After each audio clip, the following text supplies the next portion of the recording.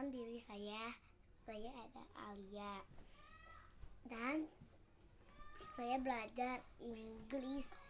Nanti papa saya membertanyakan apa yang di bukunya.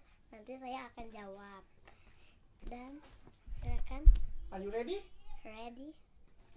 Number 1. Mention 5 things that is begun by H. Horse, hotel, habit, hair, hat. Good. Number 2. Mention 5 things that is begun by L. Lollipop, love, lamb, lake, leaf. Good.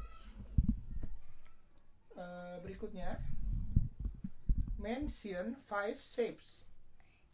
Rectangle, oval, triangle, circle, square. Number 4.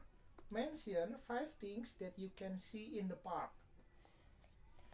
Like a swing, merry-go-round, monkey bar, slide, seesaw.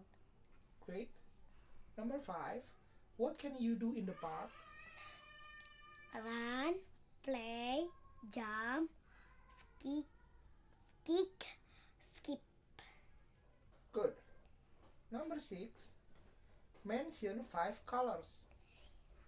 Green, yellow, black, pink, purple. Good, great. Silakan Alia.